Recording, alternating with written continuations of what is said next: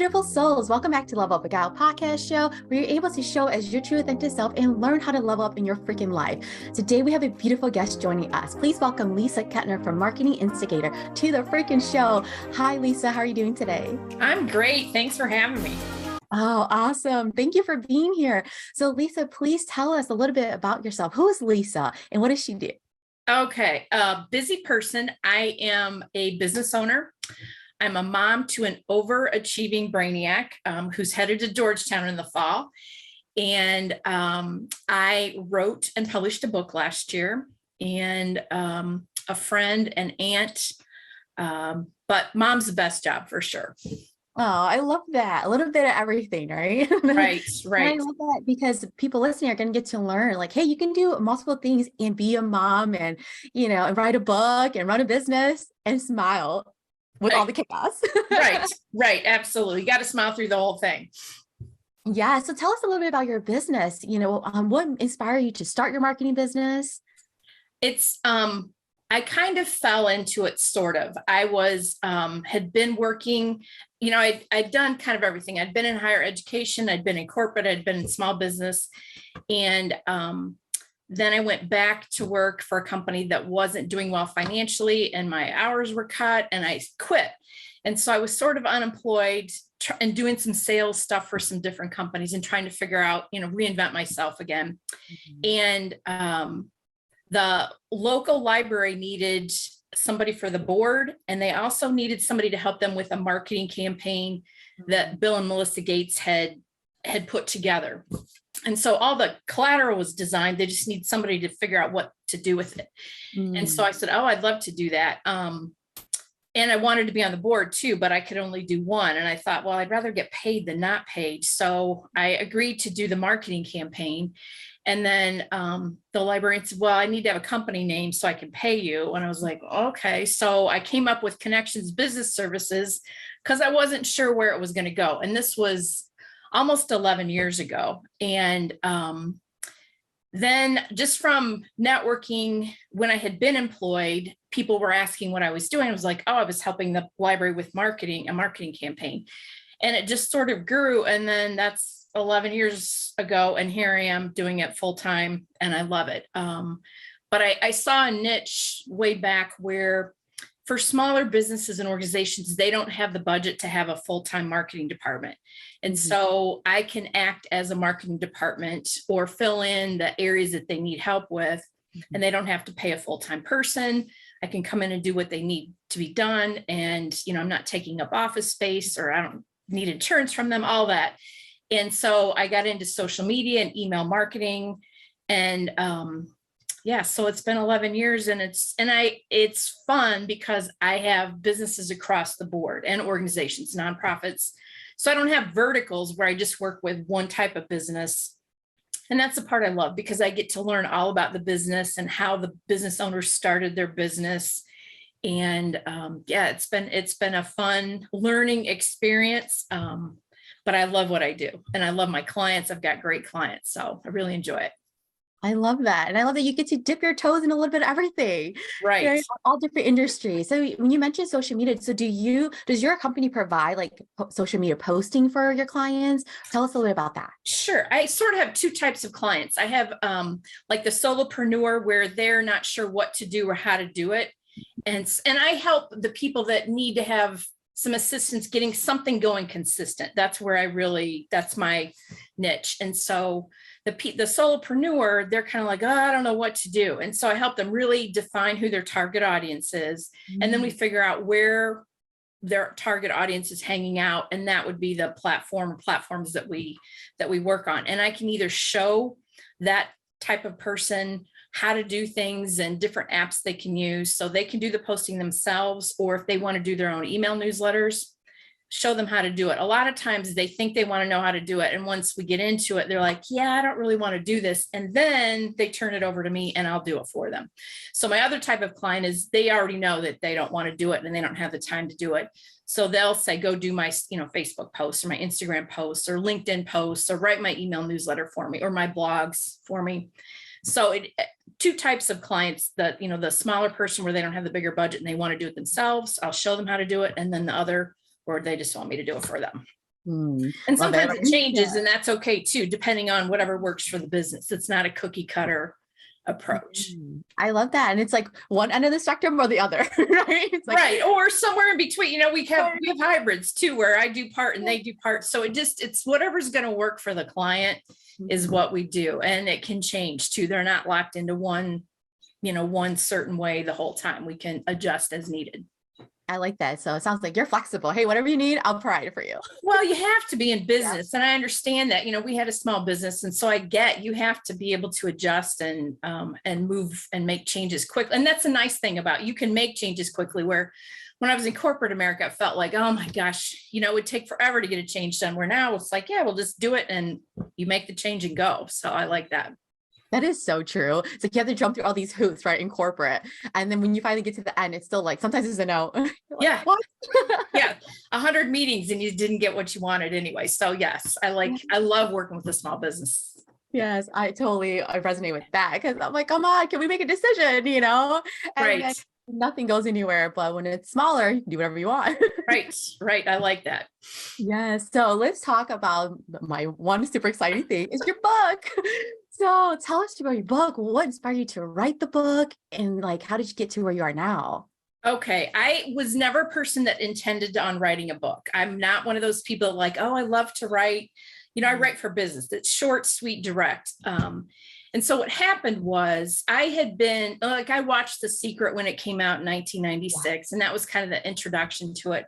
And then I was curious and started reading on my own, and I took a workshop about it. And so I was always trying to work on how to use it to my advantage. And basically, what happened was I went through, we got through the pandemic in 2020, and then 2021, I found out I was getting a divorce.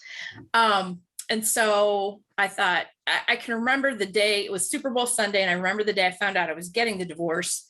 I was like, holy cow, you kind of can go two ways here. You can get a big box of potato chips and a Kleenex and curl up in bed for a long time and cry and feel sorry for yourself. Or you can go, I'm going to power through this thing and I'm going to come out better on the other side.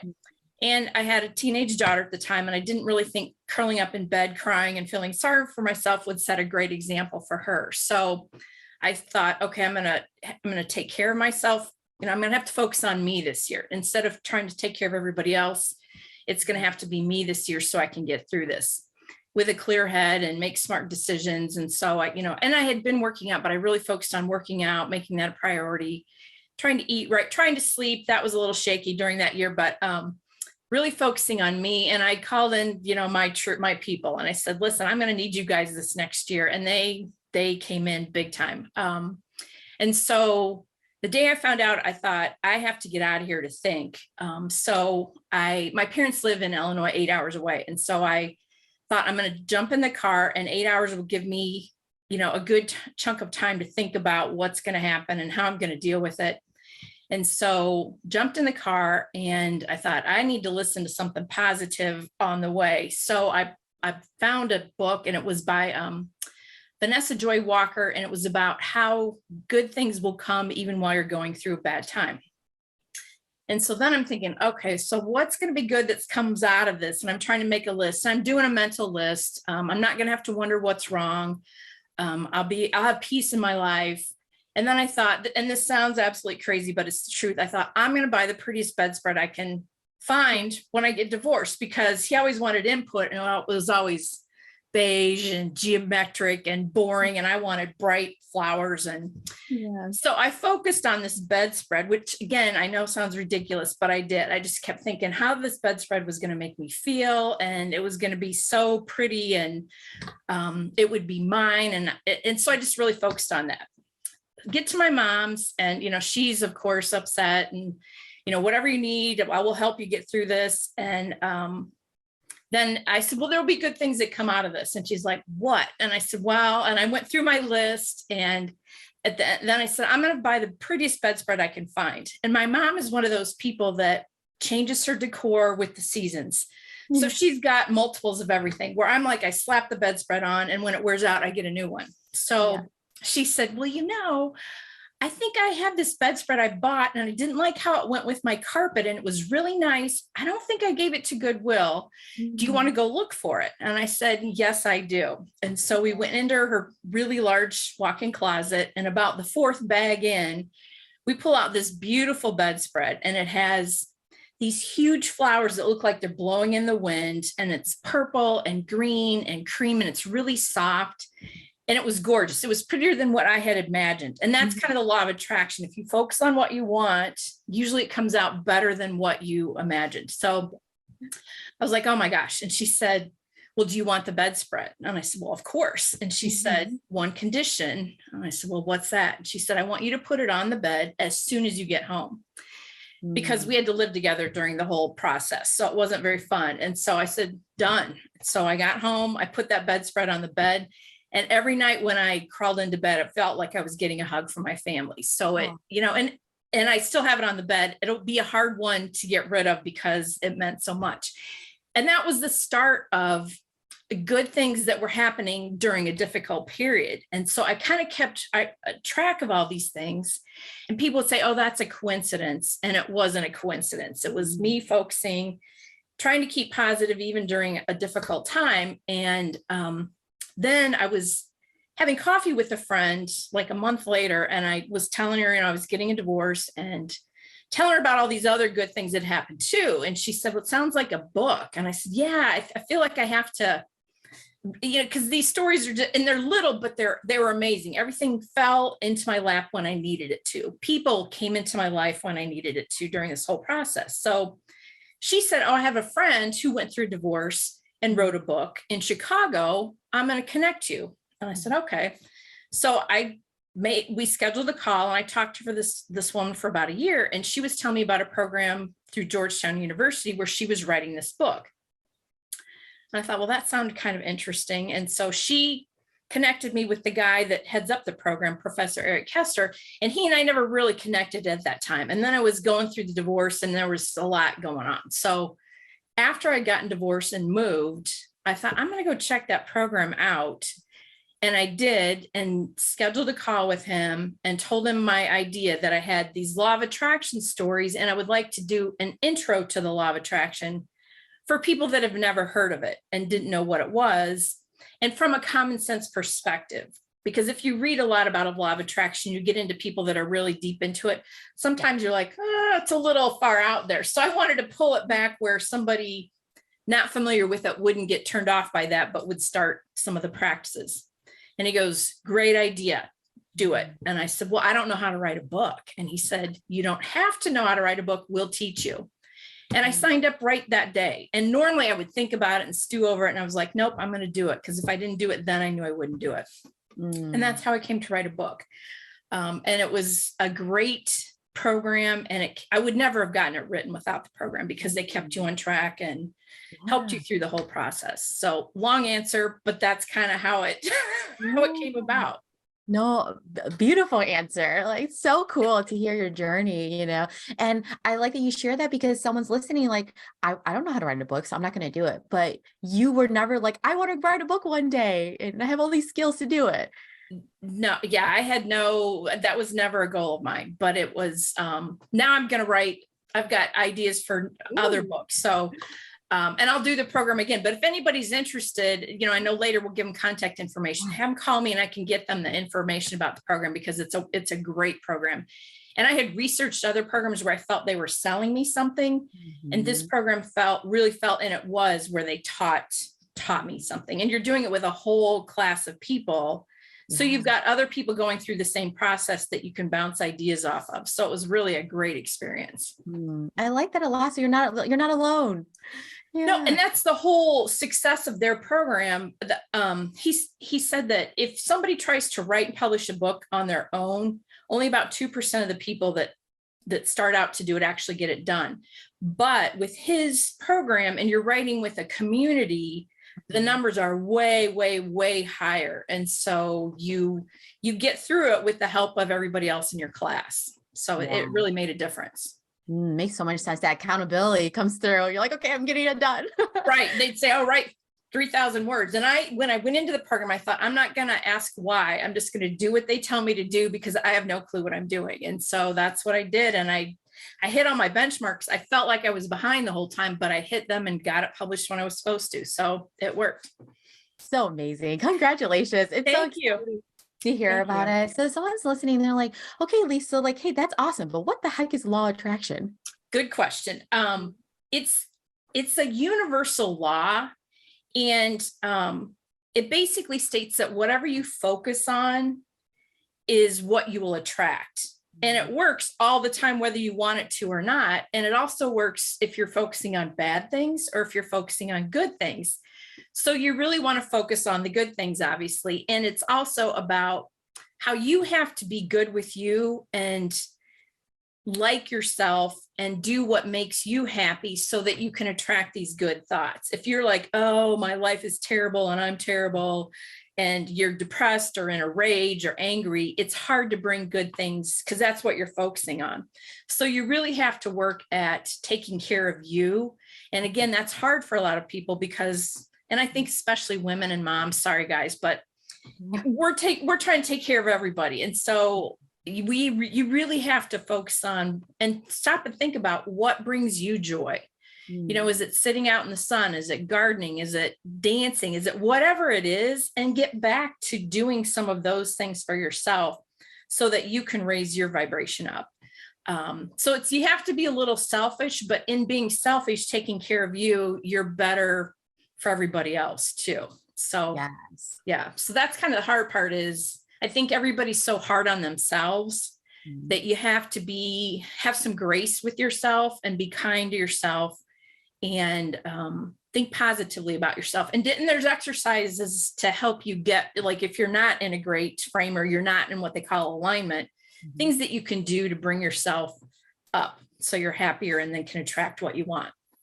I love that answer because it can get a little confusing when you dive deep into law of attraction. It's like, what? Right. So I think the main thing is you have to be in alignment and happy with you, and then focus on what you want, not what you don't want. And an example of that, if somebody has a disease, they don't want to say, oh, I want to get rid of cancer, for example. You want to say, I'm healthy, my cells are clean. Focus on what you want, not what you don't want. Or if, somebody's got a cold and you're like, oh, I don't want to get sick. I don't want to get sick. No, I'm healthy. I'm healthy. And if you can talk about it as if it's already happened, that's even better. Because then you're working on your subconscious where it's like already assuming it's done. So there's little tips and tricks you can do to get yourself in a better frame. Yeah. And it's not even hard. It's not something that you're on the struggle bus to do. It's little changes in your day. Right. One of the quickest things is obviously to move. And I hate to say exercise because that sounds like something you have to do.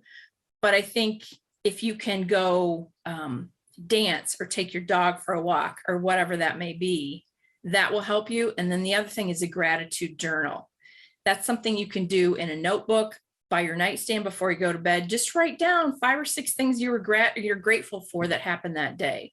And then that will get you in a better frame of mind too. So what's a simple exercise for a beginner? It's like, hey, I want to do this law of attraction. I want to attract stuff. What would you say? Okay, the first thing would be you need to think about what you want, be specific. And I always add at the end, or, if it's whatever it is, and then I say, or better than that, or more than that. Just add that to the end because then that opens it up to have something even better. But write it down, be specific. I like to put dates on it too. So you're kind of like, okay, here's when I want it. And sometimes what happens is you can get frustrated thinking, well, when's this going to happen? And you have to have a little leap of faith and know that it will. And sometimes it's not in the time frame that you want, but there's a reason for it. And you'll know the reason. Once you get there, looking back, you'll be like, oh, okay. And sometimes some bad things have to happen, I think, to clear the way for what you truly want to. So you have to, if something bad happens, you have to be able to go, okay, there's a reason for that. What's the lesson I'm learning? And how will this fit in, and know that it will somehow. But so write down exactly what you want and focus on that, and focus on it as if it's already happened and in a positive light. And then to get your vibration up, so you're in, the best way to attract what you want, you need to make sure that you're happy. And so what makes you happy? Do that. Moving, action. And I don't like to use the word exercise because it's like, I have to do it. But what do you like to do? I love to swim. So swimming's my big thing. I love to take my dog for a walk in the woods. So have a dance party for one, whatever it is, get yourself moving so you're in a healthy state.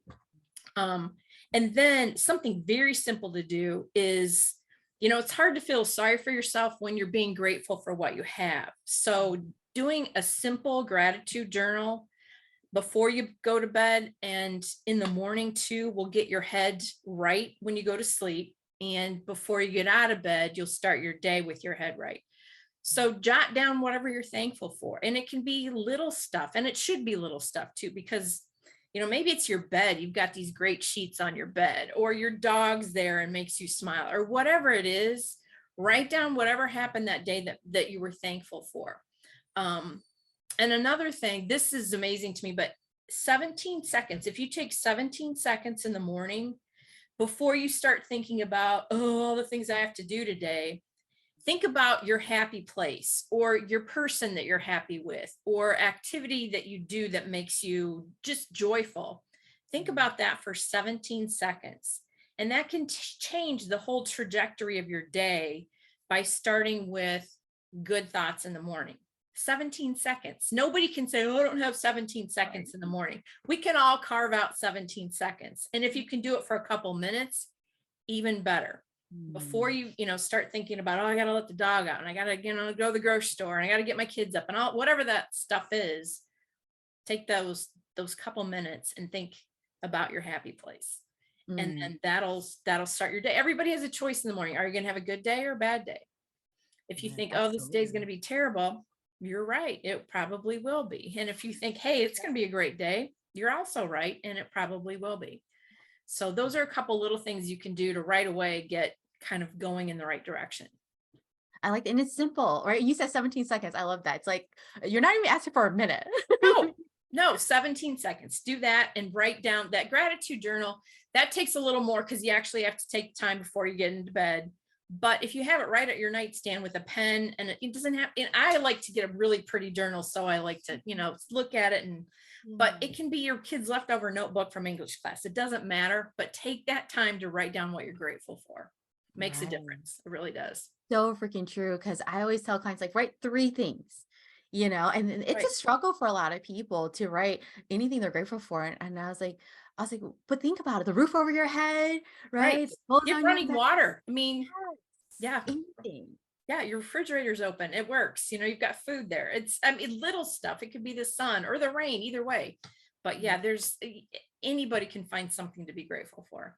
Yes, absolutely. I love that you gave a couple things because, like, hey, if you want to do this, do the 17 seconds. If you don't want to do that, there's too much pressure. Okay, write it down. And a lot of times, because some of my clients are younger, and I'm like, okay, you don't want to write.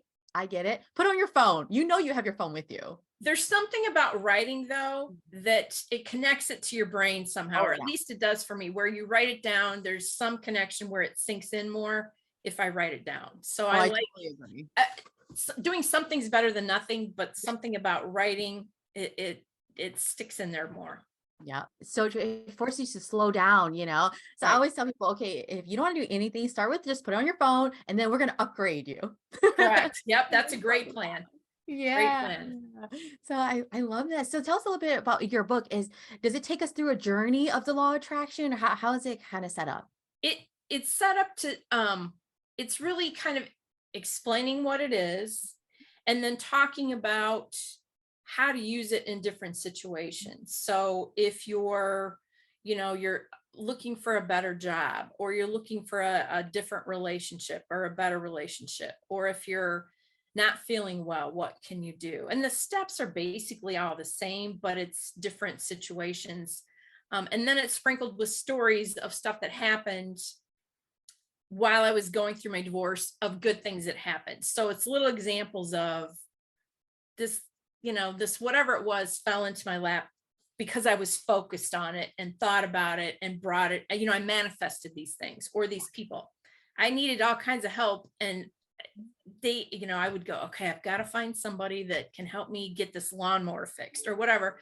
And then boom, my friend's dad volunteers to come over and give the lawnmower an overhaul. So it was just little Wow. examples. And I think that helps, or it helps people to go, these aren't big, huge things. So if you can start with that, it's the same concept to get big things, but your brain has to be able to go to make that jump. So you can't go from 0 to $10 million. Most Right. people's brain can't do that. So you got to make the jumps that your brain can handle. But no, the steps are the same to get from 0 to $50 as it is from 50 to $1 million. So it's getting it where your brain can handle, like, oh yeah, I can do this. I can make this thing happen. I like how you describe it like that. It's like little baby steps. Right. Yeah. Right. Mhm.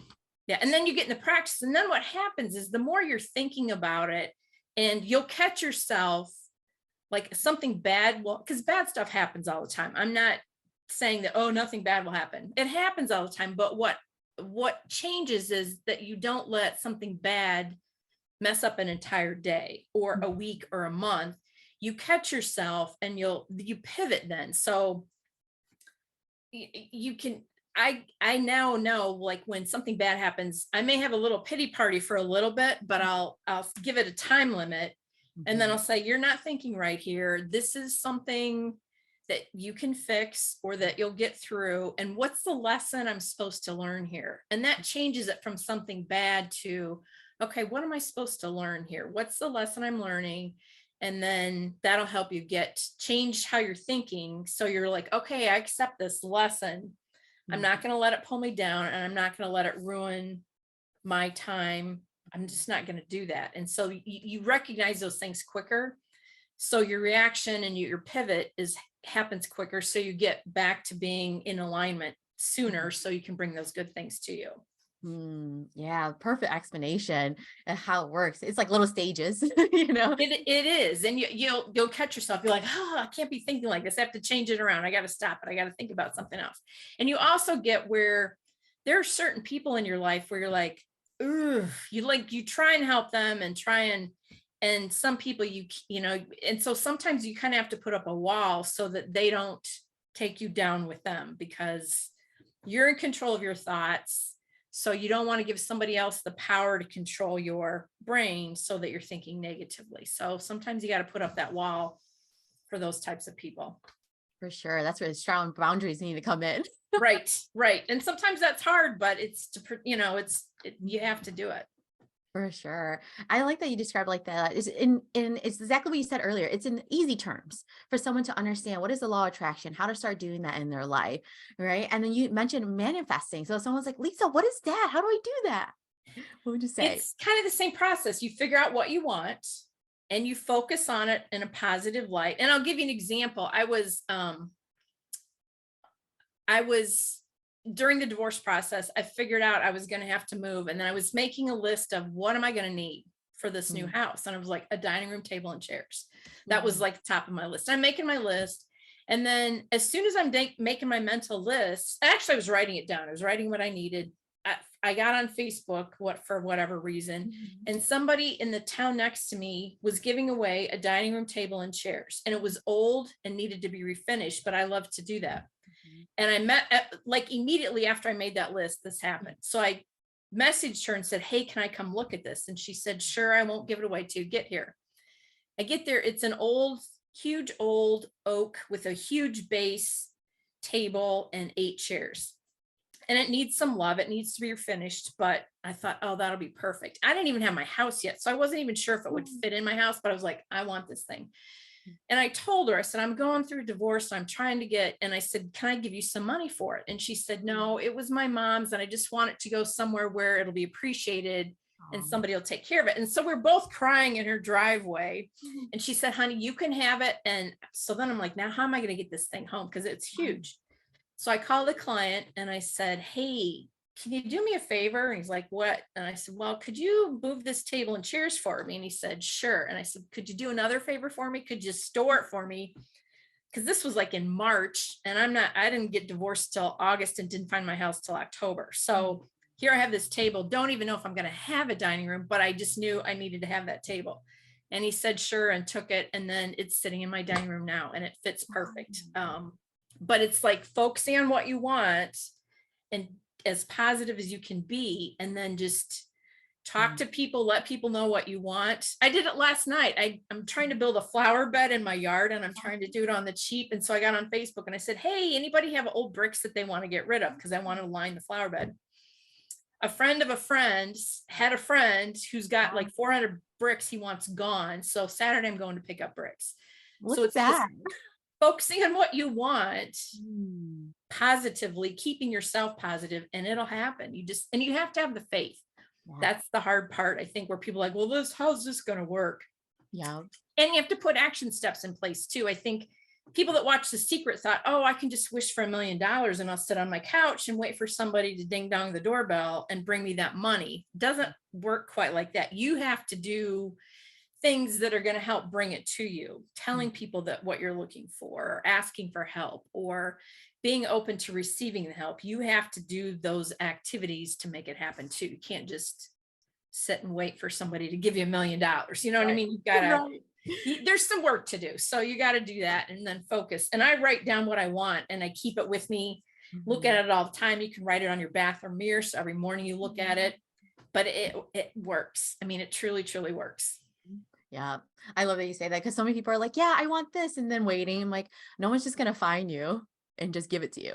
No, you have to put it out in the universe and let people know and talk to people. And I think be willing to accept help too. A lot of people aren't willing to accept help, but you also have to give help. So you may be giving help to somebody. That's another thing. If you're kind of down in the dumps, go volunteer for somebody that needs help worse than you do. That always, you quit feeling sorry for yourself and do some good. And then that comes back to you too. I've just seen that too many times where it's like, okay, quit focusing on poor me and go help somebody that really needs the help. And then it will come back to you. So true. Gosh, that so much good nuggets right there. What you just said, like, oh, it's just so true. You really get what you put out, Absolutely.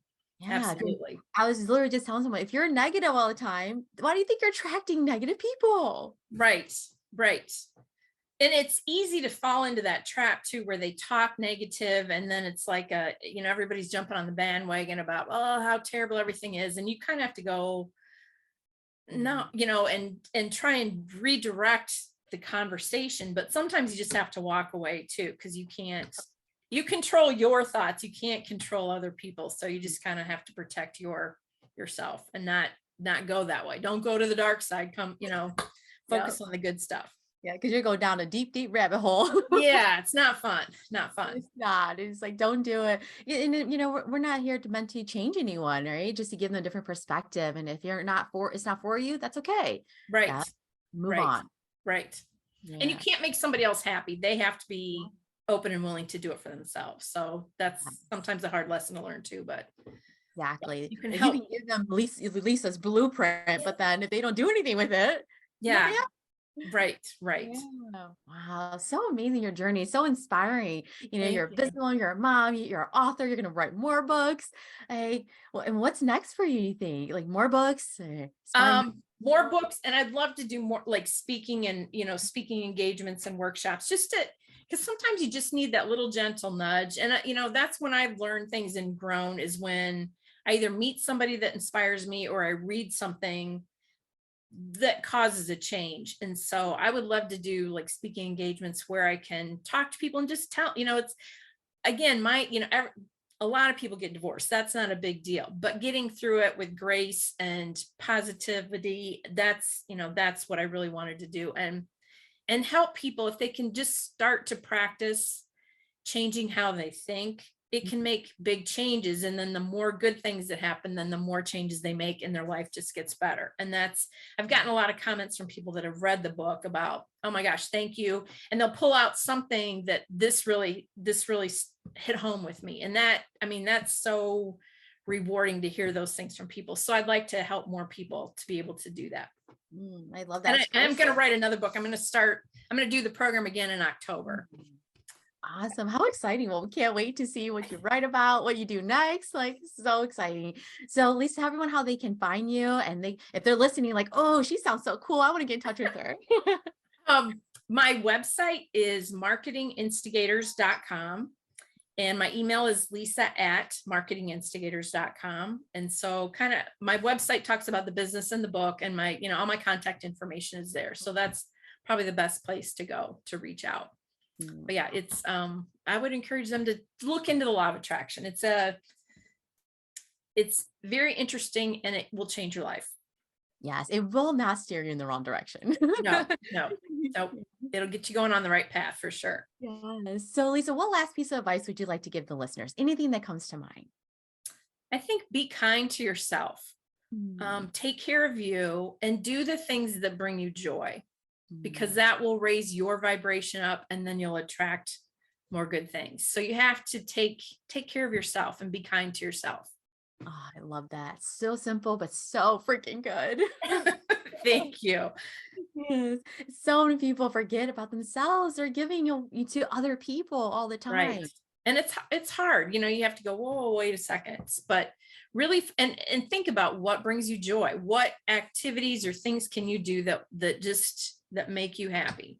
And it doesn't have to make anybody else happy. It just needs to be what you enjoy. Go do that. Do more of that. Exactly. I love that. I always tell people like 5 minutes, right? Well, what do you want to do? And I would say, not what your mom wants to do, or your cousins or aunts and, friends. Right. Like, what do you? And so many people struggle. Like they're not sure how to answer that. They do.